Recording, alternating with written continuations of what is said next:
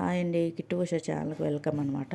నేను గులాబ్ పూలు చేసుకోవాలనుకుంటున్నాను. దానికోసం ముందుగానే 3 గ్లాసుల మైదా బియ్యం పిండి అండి. ఇది నేను బియ్యం ఏం కడగలేదండి, అలా పట్టించాను స్టోర్ బియ్యం.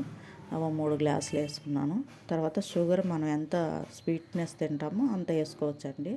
మేమైతే ఇక్కడ 3 వేసామండి. 3 సమపాలు వేసాం. ఇక్కడైతే ఇలాచీని మిక్సీ పట్టి కొంచెం షుగర్ వేసి ఆ పొడి కూడా వేసుకున్నాను. కొంచెం దోసల పిండి కన్నా కొంచెం థిక్నెస్గా ఉండాలండి, లేకపోతే అవి రావన్నమాట. మరీ పలచగా అయిపోతే అంటుకోవు, అందుకని కలుపుతున్నాను. తర్వాత ఇక్కడ హీట్ చేసుకుంటున్నానండి. ఇవి ఎప్పుడు నూనెలోనే ఉండాలి గులాబ్ పూల గుత్తులు అనేవి, లేకపోతే అవి రావన్నమాట. ఇక్కడైతే అయిపోయింది, హీట్ చేస్తున్నాను. ప్రతిసారి హీట్ చేయకపోతే గులాబ్ పువ్వు అయితే బాగా రాదండి.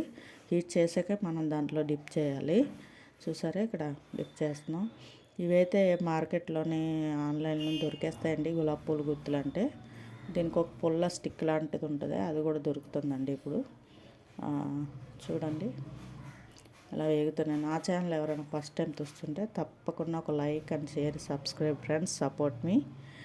ఎవరికైనా సపోర్ట్ చేయండి. గులాబ్ పూలు అయితే ఒకసారి ట్రై చేయండి, బాగా వస్తాయి. ఇక్కడైతే నేను చూస్తున్నాను, చాలా క్రిస్పీగా బాగా వచ్చాయి ఫ్రెండ్స్. నచ్చితే ఒక లైక్ అయితే ఇవ్వండి, షేర్ చేయండి. ఓకేనా? ఎలా ఉన్నాయో చెప్పండి ఫ్రెండ్స్, మీరు కూడా చేసుకోండి. ఓకే, బాయ్ అందరికీ.